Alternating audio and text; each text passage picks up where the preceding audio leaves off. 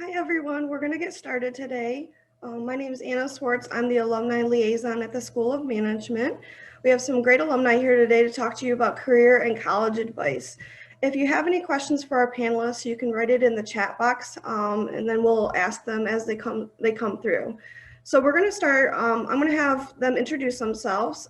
Chris, if you could go first, I'll have you give us a quick intro and your degree background, what company you're working for right now, and what you do there. Well, good afternoon, everyone. Thanks for attending. My name is Chris Matheson, as Anna said. I graduated from the MBA program in 2012 with a concentration in finance and currently employed as the president of CS Partners. Great. Rashal, do you want to go next? Sure. I'm happy to be with you all. My name is Rashal Zureikat. I got an MBA in BBA in marketing in 2014, and then I went on to law school. Sorry, I was just hearing a little reverb. I went on to law school at Loyola University of Chicago School of Law, getting my degree in 2017. I am currently an attorney working in corporate, labor, and employment law at a mid-sized law firm called O'Hagan Meyer. And other than that, I wear many caps, both in the law firm and then outside, working with organizations such as St. Jude Children's Research Hospital, and I co-founded the Lebanon Relief Project. Great, thanks. Josh, you want to go up next? Sure. Yeah, thanks for hosting this. So my name is Josh Galbreath. I graduated with a BBA in Ops Management from UM-Flint in 2012, and then shortly thereafter I actually enrolled in the MBA program, and I have an MBA with concentration in healthcare administration that I got in 2014. Right now I'm an operations manager at Maxim Healthcare, and we kind of do a lot of different things here. So we have over 200 offices nationwide, and we really provide a range of things from facility staffing services to travel nursing to like in-home care. So. Great, thanks. Okay, so we'll start with the first question. I'll have Rashal go first. Do you have any advice you would give a student approaching graduation, so maybe their junior or senior year, and preparing for future careers? Absolutely. I think that this class in particular, or these upcoming classes, are in a very unique position. And there is a lot of, I guess, downturn in the employment industry right now. I'm a labor and employment lawyer, so I work on the management side. And I have many clients who are actively still, posting positions. There's a lot of open opportunities out there. So I want everyone to feel very inspired to go out there and capitalize on your social network, whether it be actively messaging through LinkedIn or reaching out to people that you may have not spoken to in a while, and just knock on those doors, because you never know what will come of those opportunities. I think there are many, points of opportunity for you to find your next position, whether that be maybe higher education or finding a buffer job for a few years to figure out what you really want to do next. Sure. Yeah, I think Chris and Rachel already alluded to some of this, but I personally think for you guys it's important to get out and experience things. Maybe not right this second, but just getting out of your comfort zone, that's going to help you grow as a person and learn the things that you are interested in. They also alluded to this, but a big thing is to build relationships before you need them. So it's good to connect, like she said, on LinkedIn, and it's good to start researching industries and specific companies now, and starting to, again, build those relationships before you need them. And nothing wrong with reaching out to somewhere and saying, hey, I'm a senior in college and I'm getting ready to graduate and I want to learn more about your company or your industry. And in my experience, a lot of people are pretty open to those types of conversations. So. We'll go with Rashal. Did you use any resources on campus that really benefited you? Yes. Well, I mean, first and foremost, the most obvious one are the professors and instructors. I think it's your job to take it upon yourself to build that additional relationship outside of walking into class, or I guess now in the online platform, it's a little bit more difficult, but just to pick their brain. A lot of them had careers or lives before they walked into that room. And if they aren't actively working in the field of expertise, they have a huge network that is doing so. Originally, so I was a marketing undergrad, and one of my classes was business law, and that kind of propelled me into law school. And I'm still very, very close with my instructor there. He ended up being one of my mentors. So I think the biggest and best resource is the small community at U of M-Flint, and picking people's brains so you can understand your next step. Great, thanks. Josh? Yeah, I think my experience is maybe a learning opportunity for everybody else, because I think this is one of the things that I kind of regret from my time as an undergrad at U of M-Flint, because outside of my classes and the relationships I've built with professors and fellow classmates, I really didn't get that involved in things. And looking back on it now, I really wished I would have. I've even looked into some stuff now, but there's a lot of great student organizations I saw now, and particularly a lot of things that are geared towards leadership programs. So that's interesting. And like I said, I really wish I would have maybe gotten more involved in those types of things at my time there. Back. Josh, since you brought that up, my next question would be, if you could go back and do college over again, what would you do differently? Yeah, I think I alluded to it a little bit, but I think I'd get more involved on campus, probably join some groups, and just explore more of the things that connect students together outside of just the classes and just the other students in those classes. So it was kind of it's funny because it was kind of not weird, it was a time, so when I started at U of M-Flint, there were no dorms yet, and then by the time I graduated, like halfway through, they had built the dorms, so there was a lot of, I experienced campus with no dorms where there wasn't as much going on, and then post dorms where there was a lot going on, there were people out and about all the time, but I was kind of already set in my own routine, so I would definitely go back and again get more involved on campus with things. Yeah, I was the same. I graduated in 08, and there was no dorms. The dorms had just been built in 08, so it was a commuter campus. You know, you went to school, you went to work, you didn't linger, you didn't hang out, and now the opportunities are so grand there. Yeah. Rashal? Yeah, so I was a part of student government. I believe I was the treasurer. I don't know why I'm so hard pressed to remember. As well as some student business and entrepreneurship organizations. I mean, I strongly recommend student government. It exposed me to a lot more of my peers than I would have normally gotten just from my major itself, which was nice. And it also opened up my understanding and knowledge of how actual boards work out in the world. And although students may not be considering that now, as you grow and develop professionally, I am sure you're going to be a part of different nonprofit organizations or volunteering or any types of passions like that. And the student government and any type of student participation or board, just interacting in a very formal, I guess, a formal setting. Now on Zoom, it would be, is just very beneficial. And so I think I would join a few more if I went back, and probably be in the practice of setting up like I guess, try to mix and mingle with a few of the organizations. I don't think we did a lot of attending of other functions. And so maybe be a little bit more active socially. And I think that was also hard because I was a commuter as well. So you're not in the dorms all day and kind of just looking for something to fill your time, but actively planning that into your schedules. Thanks. Chris, what would you do differently if you could go back to college?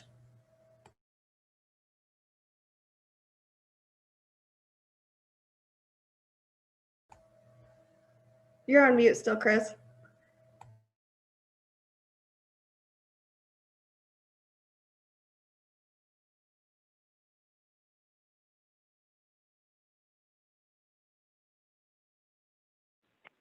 Anna, I think that I got it now. I apologize. Sorry about that, guys. Zoom does not love me. And you would think it would be worked out by this. I've only been in the office twice since March 13th. So I tend to do Google Meet instead. But, you know, what would I do differently? I had such a great time at UM-Flint. You know, Rashal, I hope I'm pronouncing the name correctly, mentioned earlier that she would make sure you engage your professors. I think I did a good job of that, but I think you can always do a better job. I would have slowed down a little bit and tried to enjoy the experience because, believe it or not, as crazy as it sounds, I really do miss that MBA program. I was absolutely positively surrounded by just outstanding people. And that was both the professors and my classmates. And so I would have enjoyed them a little bit more, enjoyed their company. I would have picked their brain a little bit more frequently and tried to build even stronger relationships than I did the first time. Great, thanks. We can hear you excellent on there, so. Josh, I'll start with you. How did UM-Flint prepare you for your job and field? Sure. So I believe this was touched on a little bit, but in my experience, and again, especially also in the MBA program, the professors that taught the classes, they really had a working knowledge of the principles being taught, but they also had actual career experience in those fields as well. So I think the combination that they had was really invaluable to helping prepare me for the actual workforce. They would be able to not only talk about the principles we were learning, but they could give real world perspective into those principles, into those lessons, and really carry on really good discussions about those types of things. So again, a lot of real world perspective was given to me by the professors. So. When you went into operations management, did a lot of your classes come in mind when you were learning concepts and things like that? Particular classes, you said? Just in general, do you remember, you know, you started out in the field and then you're like, oh, I remember learning this in so-and-so class. Oh, yeah. Yeah, I mean, there was a lot of, and again, I think that we'll talk about it later, but there was a lot of technical knowledge that kind of seemed applicable after I started. And once you started learning more and developing your operating rhythm more and finding out more about the workforce and the company you work for, definitely you would come back and be like, oh, yeah, I remember recently we talked about this, or there was a discussion board about this, and it really was helpful in recalling those things. Great, thanks. Chris, how did UM-Flint prepare you for your job and field? You know, so this is going to be a little bit of a weird answer because I'm in the field of education. We are a charter school management company based in Brighton. We have 31 schools across the state of Michigan, about 15,000 students. And Anna, one of the questions I kept getting when I was in the program from engineers, from other people in business backgrounds, are you looking for a new job when you complete your MBA program? And I said, no, not necessarily. And I don't think people knew what to make of me at first because it didn't seem to make sense. I can tell you though that the MBA program, it was the best prerequisite for educational leadership I could have ever hoped to have. In fact, don't tell the folks in the education program this, but it was even better than the certification programs that you would take to become an educational leader in Michigan, much better. I think if I was going to sum it up, I would say that the MBA program really pushed me. The Net Plus program I'm a huge fan of that program. You get to meet just outstanding people that you wouldn't otherwise meet because, you know, they wouldn't be able to do that program if they didn't have the flexibility allowed in Net Plus. And I think the name might have changed by now. It's been a while since I've been there, but it really pushed me outside my comfort zone. And I think that's okay because growth only happens outside the comfort zone. All growth is somewhat painful because it's taking you to a place you haven't been yet. And so I found all the classes to be particularly beneficial. particularly Dr. Bloom's management course. I think it was 541. I remember about halfway through that course, and I thought every school principal that I know should have to take this course.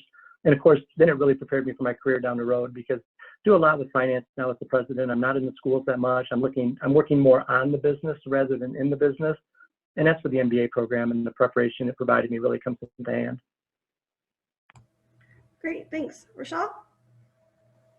Absolutely. For me, it was the analytical approach to things. So regardless of your major and what your passion is, particularly in the School of Management, it gives you, I guess, an entrepreneurial spirit. And most jobs, you're in the service industry, no matter, you know, what you're kind of selling or what you're working on, whether you're of service to your boss or you're of service to an outside client. It's very important to understand how to execute and manage those relationships. And so, I mean, my experience within the School of Management taught me not only time management, which is very important, but how to capitalize on the different, for me, marketing principles I learned and integrate them in whatever field I chose, which helps me not only with business development, but business management. Great, thanks. I do have a question. Anybody that has been in the position of hiring, do you have any advice on, do's and don'ts of a resume or do's and don'ts of a job interview? I hire frequently, and I do a lot of like sourcing, screening, interviews. We call them G2s, phone screens, and Chris really hit the nail on the head earlier. One of the big things I look for in conversations like that is, did you research Maxim? Are you prepared with questions, and not just for the sake of asking questions, but questions that are relevant to the role and, again, to the company you're interviewing with. Those are really big indicators to me that you're serious about possibly having employment here. So. Thanks. Rashal or Chris, have you ever been in the hiring position? Absolutely. For me, I'm like the airport test kind of person. If you're in front of me, it means that your resume was good, there were no typos or very blatant grammatical errors, and I want to get a feel for the personality, just because the barriers that are set in place right now are, I mean, pretty clear. If you have a good GPA or good experience, I want to understand if you're motivated, excited about the opportunity, and I really focus on the types of questions I receive, more so than how they answer my questions, just because the interview process is very formulaic. And I want to see that outside of the box thinking. I want to understand someone's priorities, and just see that passion come through. Are you the type of person I want to be stuck in an airport with for 6 to 10 hours? Great, thanks. Chris? Yeah, I would add that I think everyone who is hiring someone is looking for someone to make their job easier, right? There's a pain point. There's a reason we're hiring that person. And so I approach it, I mentioned the book Hiring for Attitude by Mark Murphy, and I really strongly suggest reading that. I think it's one of the most powerful books I've read. I had the good fortune to attend a multiple day training that he did in Chicago, and I think he does that every time in Chicago. I'm a raving fan of his. And the reason that I think I'm such a fan is because his work really resonates with me because of this. If you think about it this way, for the most part, you or someone on your team can teach every single person you're going to hire all the technical aspects of the job. Now, some people will learn it more quickly, others will lag behind a little bit, but nonetheless, you can teach them that. It is really difficult to change someone's attitude. In fact, I would think it's almost impossible to change someone's attitude. And so when I'm looking for someone, I'm looking for someone that is coachable. I'm looking for someone who's a good communicator, someone who figures stuff out, that owns her or his own development, someone, in short, that's going to make my life easier. Thank you. We'll start with Josh again. Josh, what kind of technical knowledge is required for your job or field? Sure. So at least at like the entry level positions here, so like we hire a lot of healthcare recruiters. I would say that there's not a lot of technical knowledge required. And Chris kind of just alluded to this, that I'm more interested in how you learn, and that you are interested and you're passionate and you're excited about these opportunities, more so than do you know how to fill out this spreadsheet or generate this, because those are the things that I can teach you, and I can teach you those nuances of the position, but it's again really your attitude and your work ethic, and those are things that maybe are a little harder to teach, or can't even teach those at all. But it certainly doesn't help to have certain technical skills that are related to this type of field, like having a base foundation for understanding healthcare and maybe reimbursement models and organizational communication, different principles of teamwork. Those are definitely some technical knowledge things that would go a long way. Thanks. Chris? So I'm hiring primarily senior level management, and it really is dependent upon the position. So we're getting ready to hire a chief financial officer in the next 3 to 5 years. And that may sound crazy, but we're seriously planning this out now. Like we need someone in the next 3 to 5 years. We have some folks retiring, some people moving on. So obviously I'm going to need the financial analytical skills necessary to do that job. And school finance is really kind of a special beast. So not only will I have to have someone that has an accounting background, I'd really prefer that someone has the experience in school finance. In terms of technical skills, that's the big one that sticks out to me. Again, I feel like I'm banging the same drum, but the people skills are so much more important. When I look back and think about what allowed people that I know in my industry or in other industries to advance and to become really a productive member of that team, it tends to be centered around people skills. They were really good with working well with other people. They were really good at communicating. They figured stuff out. Again, I think when you're in a position to hire somebody, you're looking for people to take things off of your desk, not to put things on your desk. Thank you. Rashal? I am, I guess, in a different boat, just because my very nature of being an attorney requires a JD, which gives you the analytical thinking that you would need. However, I think that a 3-year commitment to law school is a big step, and I always advise potential lawyers to really evaluate whether that is what they want to do, just because it is something that I say, if you want to make money, don't become a lawyer, go into investment banking. But if you actually have a passion for justice, whether it be any type of civil rights work or corporate work, try to take a job as a law clerk. There are a lot of law firms, or even government work, anything that gives you a little insight into the process and approach. It is like learning a new language. So any heads up you have on those different words, we say it's legalese, will help you. And then there are also a lot of other options to opening the door, whether it be right now, especially in Genesee County, like the startup community. You could take paid or unpaid positions working with these startups that will give you a leg up in, I promise, almost every industry that you want to go to, because it helps you analyze the bigger picture, helps you see the forest, from the trees, and lets you realize what it takes to operate a business. And I think it is very admirable when younger professionals have that in mind. If they know, hey, this is my boss's end goal. Great. We're going to backtrack. We got a question from a student. Some examples of interview questions that they should ask, because you had mentioned it shouldn't just be asking a question to ask a question.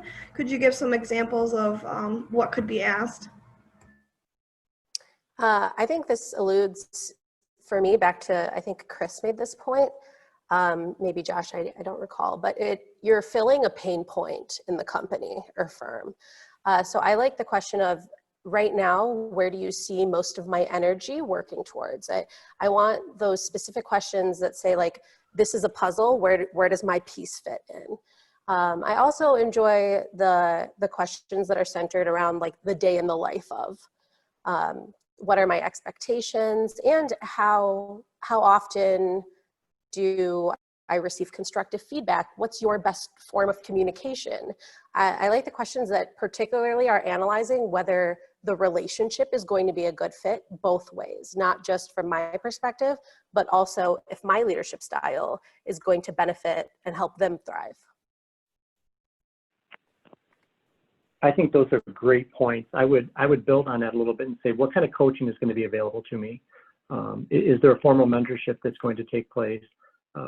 Things of that nature, because you have to look out for yourself too. You certainly want to add to the company. You want to be a team player. You want to be considered a good teammate, but this should be mutually beneficial. It shouldn't be just that you're being compensated for it, that you're being developed for something greater. And so maybe a follow-up to the coaching and mentorship question is, what does the ceiling look like in this position? And along with that too, I would ask, what does success look like? I think it's so important to get an idea of what a successful employee would look like in this position, so you can use that as your vision going forward. Yeah, and similar to those, I like questions around because typically I'm the direct manager of the people that I'm interviewing. Like, what is your leadership style? How do you manage people? What do you respond best to? Those are good questions. They alluded to this. What would my career look like in 3 to 5 years down the road? So one of our things is we're really big for promotion from within. So when you bring questions like that to me, like, okay, how long does it look like until an opportunity opens up for me, and what would that look like? So those letting me know that you're also not just here for a job, you're kind of invested in your future is important too. Great, thanks. We have another question. I have about a decade of work experience in customer service and the healthcare field. I currently work while attending school. I know that I want to at least get my MBA, my BBA, and possibly my MBA, but I have no idea what career I want. What do you recommend I do to help myself figure out the career I want to work towards? Or what types of jobs do you recommend I should work for experience while I'm trying to decide what career I want to do? We'll start with Josh. Yeah, that's a tough one. Working towards what you want to do when you're not sure.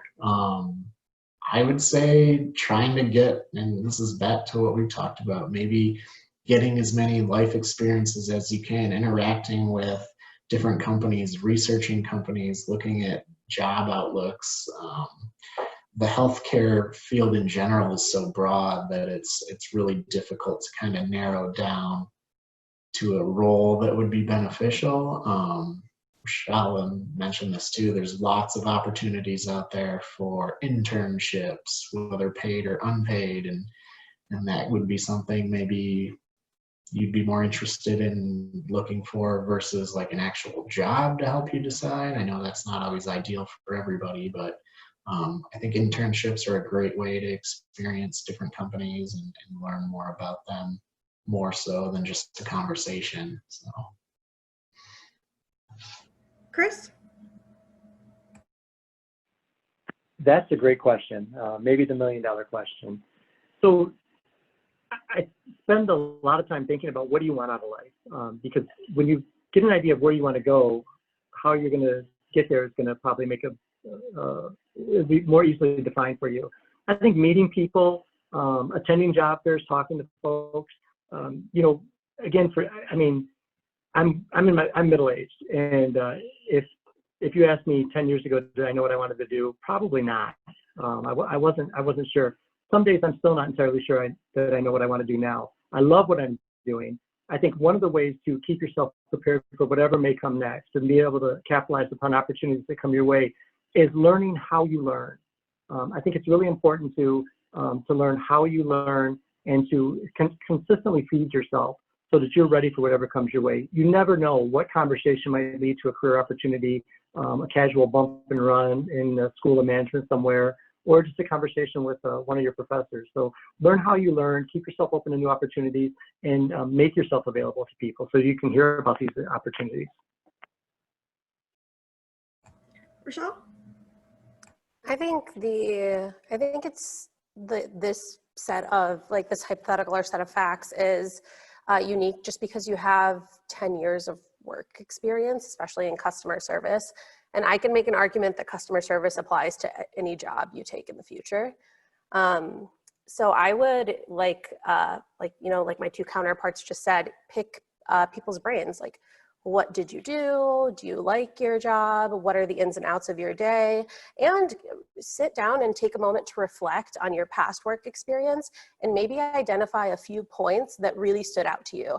Points in your experience that you enjoyed, you found you were very passionate about, and then keep those in your pocket. And when you're speaking to these professional individuals, bring that up and see how those overlap with different industries and different roles.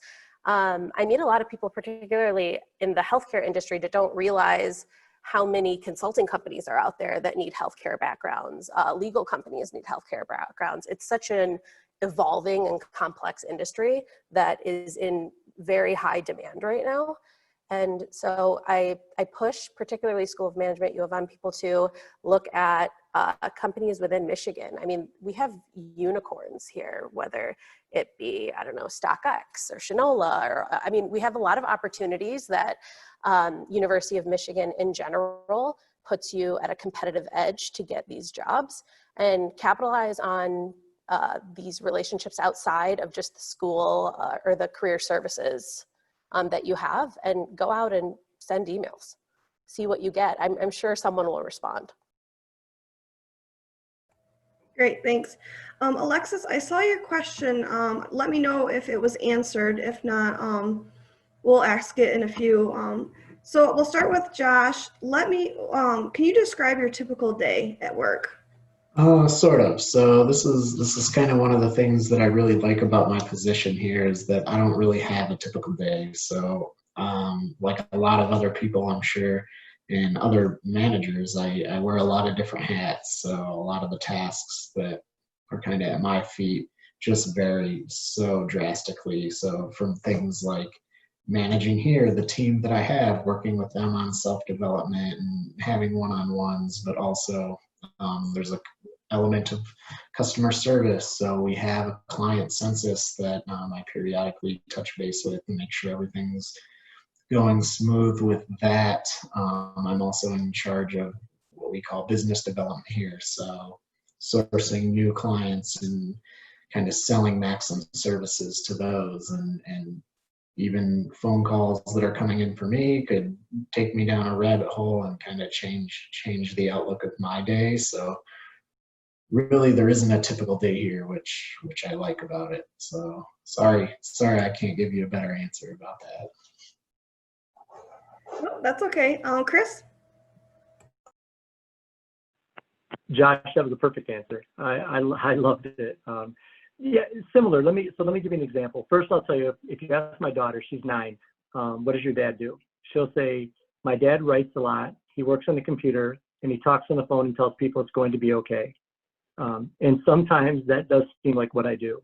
Last week, I think this will give an example of the variety of what my week looks like. So Wednesday, I was in Big Rapids, bringing a new school on board to our network of schools, meeting with the board president and the school leadership. It's an onboarding type of day. Thursday, I was with the school leader from our longest partnership with the school, over 20 years, in Brighton, Michigan, talking about their return to learn plan under COVID-19 and some of the challenges they were facing. They're doing face-to-face and virtual. And then Friday, I was over at Carriagetown Ministries recording a podcast with Dallas Gatlin, the CEO of Carriagetown, and Jack Stock, the Director of External Relations from Kettering University, talking about the work that they're doing on the University Avenue Corridor Coalition. So much like Josh, really, it just all depends. But I think that's part of why I love it. That's why I find it to be so enjoyable, because no day is really like any other day. Rashal? Sure. So as a lawyer, we bill our time in 6-minute increments, which is a very crazy concept. So our time is very rigid. So I can be my day usually starts quite early, and I can do anything from writing briefs and papers. We do a lot of research and writing, to handling fires from our clients, attending court cases. Right now it's very nice because I get to do so in the comfort of my home or office. So a lot of client calls, a lot of just computer time, to be honest, and different evaluating of data and documents. We do trainings. So we do a lot of race discrimination, sexual harassment. So we work with small to Fortune 500 companies to train their staff and employees. So that's been happening over Zoom. And I am also actively a part of a few boards. And so when I finish my day in the office, it kind of switches over to fundraising, making calls, planning events. Right now we're doing a virtual marathon. And so that is a typical day. I guess there's no two the same, but most of it is done from my computer. Thanks. So Abby has a question. Do you have any advice for people trying to use a business degree in a non-traditional way? I want to work in agriculture. Are there certain skills not already mentioned that you found are universal? Josh? Sure. Yeah, I think at least in the business world, there's a lot of skills that are universal. One of them we've already talked about a little bit is customer service. And depending on how you define a customer, I mean, we're providing customers service all the time. Another thing that they say a lot of times, the hardest thing about being a manager is actually managing the people, not the tasks. So I think your leadership style and how you approach situations like that can maybe transcend different industries, and even learning different technologies related to business, I would say would be helpful in skills. And the other big one that we haven't really mentioned is conflict resolution. So conflict resolution, that skill in particular, I think would transcend almost every industry on this planet. So definitely some things that you learn in the business world that'll help you in other industries in a non-traditional way. Great, thanks. Chris? Another great question. So let me try to put a different twist on it. I believe all learning is beneficial.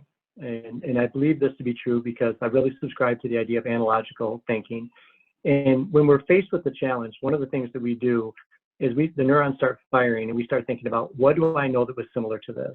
And so it may not be the exact same scenario, but all the learning that you're going to acquire, whether it's the BBA program or the MBA program, will provide you with different analogies you can use to solve problems that you can't even begin to fathom right now. You're going to come across things that are going to be, I mean, think about where we find ourselves currently. No one, and I mean no one, was prepared for COVID-19. At least it certainly doesn't seem that way. But what we've done is we've drawn upon what we've learned previously, what we've experienced previously, and we've been able to manage just, I mean, fairly effectively, I think, in many respects, particularly like in my sector in education. I think that they've done a good job of quickly adapting and changing things to meet the conditions on the ground. So I would say that all learning is beneficial if you use it in terms of analogical thinking about what did I experience in the past, or what did I learn in the past that's similar to what I'm going through right now. Thank you. Rashal? Yeah, I think communication, whether it be email or interpersonal, just face-to-face, clear communicators seem to do well no matter what industry. I would also capitalize on the finance and business side of the degree, no matter what industry. If this was agriculture, I see it in many fields. Just because you are a business owner or manager does not necessarily mean you're equipped to handle, run, or understand your business. So I think you can bring that business background to heal any pathways, make your operations more efficient. And I would imagine in agriculture, operational insights and finance are very, very important. And so it's a matter of capitalizing on the skills you already have and applying them to whatever supply chain you're working on. Thank you. So our next question is, we'll start with Chris. Do you have to depend on others in order to accomplish your job? I would be dead in the water without the work of others. Yeah, without a doubt. It's it's definitely teamwork is so crucial to all the work that we do. In fact, I'm going to reference that book again, Hiring for Attitude. When I went through there and identified what are the 5 attitudes that I need people to have in order for us to work together successfully, the number four attribute is works well with others. I'll give an example. We had a situation start to boil up in Metro Detroit last night, and I'm counting on 6 people on my team to meet the challenges of this particular situation. An attorney, somebody who has a doctorate in education, a human resources manager, and a couple of other folks that are scattered throughout the different teams in our company. So without a doubt, I depend upon other people on a daily basis. Thanks, Chris. Rashal? Yeah, they say many hands make light work. And I found that to be true in any endeavor that I'm a part of. I especially appreciate those who are very good at managing expectations. I think, as traditional as it may sound, your word is your bond. I think, you kind of under promise and then over deliver. So I appreciate the team members who follow through and are, responsive and they meet their deadlines. Great, thanks. Josh? Yeah, so absolutely. We definitely rely on other people, and I personally rely on other people. So we kind of have different job families here within an office that are responsible for different things. And well, yes, I oversee them. I still need people to do their jobs and do their jobs well and communicate well amongst each other and with me. I have a counterpart, so a lot of what we do involves nursing. So I'm not a nurse, so I have a nurse who also works with me in managing the office. And even from that aspect, we have to make sure our leadership styles are working in conjunction and we're on the same page about things. And definitely from a clinical aspect, I rely on her so much. So a lot of teamwork going on around here. Thank you. Chris, did you go? Can't remember now. Okay, so I do have a random question that I don't know if any of you will have input on. What was your, I guess, expectations just out of undergrad for salary versus reality? Like what could you tell students to expect realistically?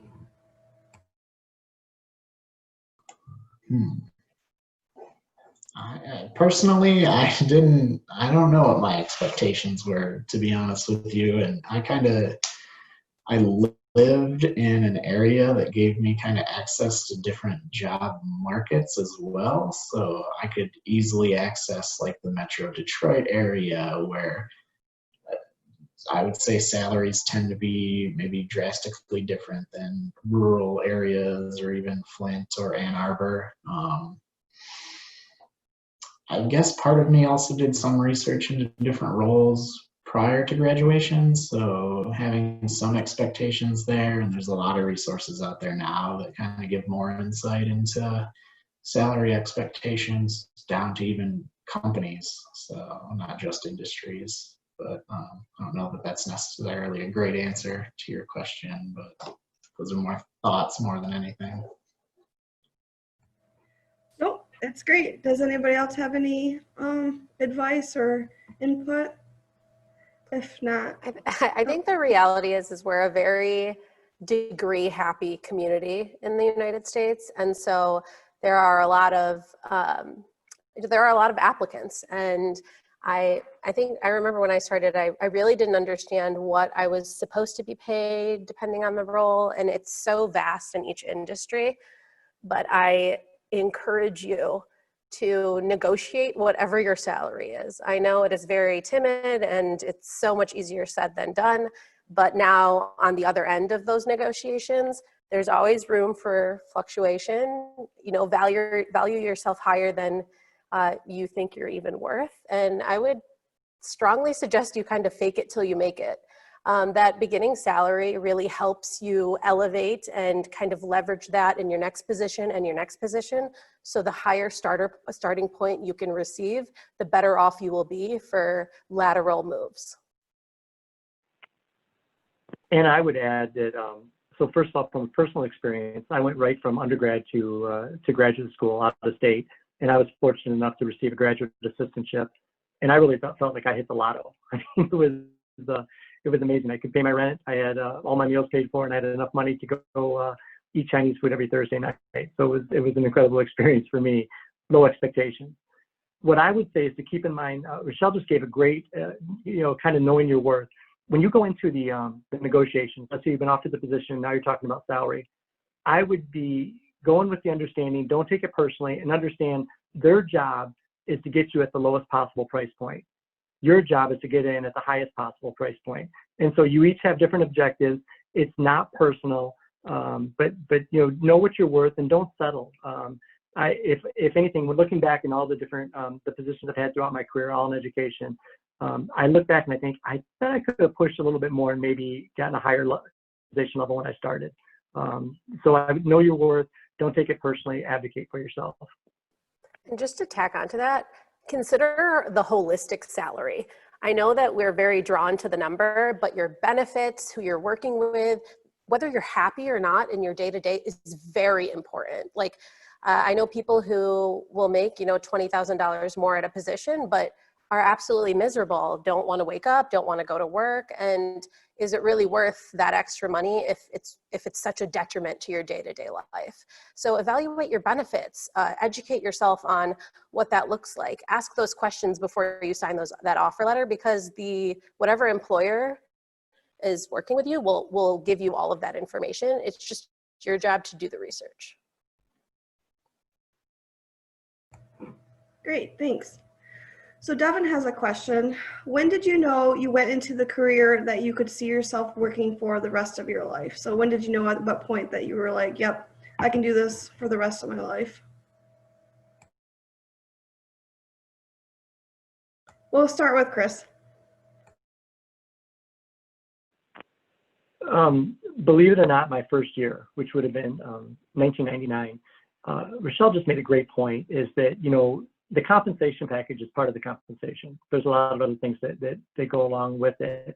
And one of the things I found very quickly was that education was extremely hard. It possessed the potential to be extremely stressful at times, but man, is it rewarding. And I saw, I was fortunate enough to come into the field of education when education was changing. And it was school choice was available to people, where before we were locked into a school based on the zip code, where now you could choose the number of schools. You could go to school across town if you could make it there. And there was also, not only was that freeing, I think, for the consumers, i.e. the students, but it was also somewhat freeing and provided opportunities, I think, for the people who are entering the field as employees. And so I loved it. I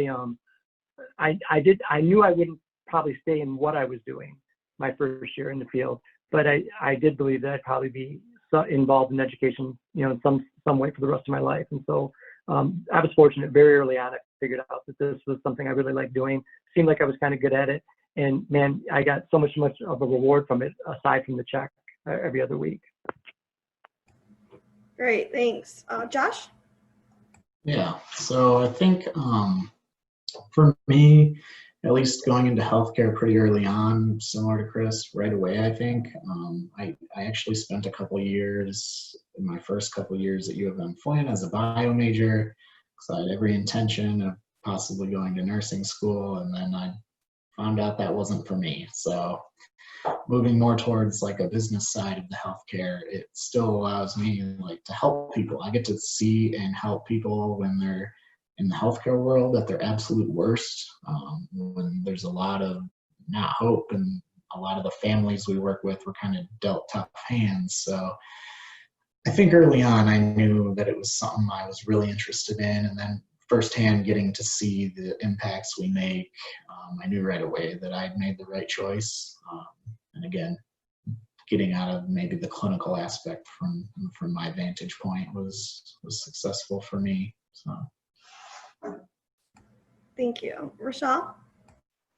I don't know if I have woke up and said, this is what I'm going to do day in and day out for the rest of my life.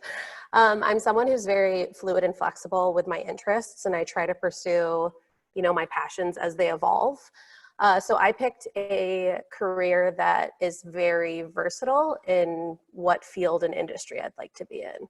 I didn't grow up thinking I was going to be a lawyer or a judge or a partner at a law firm, but instead I wanted the analytical approach that it gives you. I can take a set of problems or facts and figure out the best way to resolve them. And so when I guess I feel like I've maximized my learning potential in the current profession or firm that I'm in, I wouldn't write off a lateral move. I think it's an ever-evolving process, and when you start to think about what I'm going to do for the rest of my life, that could be such a heavy burden, and I wouldn't think like that. I would say, what's your passion? What do you seek the most enjoyment from? And have that be your next step. Those 5-year, 10-year questions, I think it's great to have goals, but don't let them weigh you down. Thank you. Okay, this is going to be our last question, but do you guys have any final words of wisdom to give the students watching? We'll start with Josh. Yeah, and I think it's something maybe we touched on a couple times, but I really would encourage you guys to experience things and get out of your comfort zones, and that really helps you grow as a person. And Chris mentioned, learn how you learn. That's important. You need to know what your strengths are and know where your weaknesses are and know what your limitations are and work on those things. So really getting out of your comfort zone, getting experiences and building relationships with people in the industries you're interested in, again, prior to needing those relationships. So the sooner you work on that, the better. Chris? Josh just gave you some great advice, and so let me build on that and give you a way to make it happen, and a way to really get out of your comfort zone and have a great time. Travel, get out of the country. It's one of the best things to happen to me early on in my career was I worked for a global management company that has about 60 to 70,000 students worldwide, and I had a chance to spend a significant amount of time in Egypt, a significant amount of time in the UK. In Bulgaria, of all places. I mean, and so that is probably one of the best. The world is one of the best classrooms you'll ever find, and it is great to get out there and to meet people from different backgrounds who don't worship the way you worship, don't speak the same language you speak, don't eat the same food you eat, and don't always have the same priorities that you have. It's a wonderful way to stretch yourself and to do it in a way that is just so much fun. I don't think you'll ever look back and say, man, I wish I wouldn't have taken that trip to Thailand, or I wish I wouldn't have taken that trip to China. If you can do it, and there's some ways to do it, obviously, too, as study abroad and things of that can alleviate some of the the fiscal constraints associated with travel. But I would really strongly suggest that travel is a great way to stretch yourself and to make you look at yourself a little bit differently. Rashal? Yeah, I'm a big proponent of traveling. I love that advice. Also capitalize on the resources that are popping up right now because we're in quarantine and COVID. I mean, there are different institutions, different employers who are offering certifications or weekend breakout sessions. There are a lot of, I guess, LinkedIn spinoffs where you could do like lunch meetings. And these are outside of the educational world, but just the professional market. I think Lunch Club is one of them. It's like a New York startup that does national meetings, and they pair you up based on your interests for a half-an-hour talk with people around the country. So I would say use the power of technology to your asset. There are many conversations that can expand your borders while we are sitting at home, and make sure that you are organizing yourself and your thoughts, set out your goals. And like I said, try not to take yourself too seriously. Enjoy your studies and where you're at right now, and keep your options open. Thank you. So thanks to all the panelists for attending and answering questions. Thanks to you viewers and the great questions that came through the chat. This is the end of our career panel. So we have another one in November 10th, for those students that are viewing and they want want to attend that one. But have a great day, everybody. Thanks. Thank you.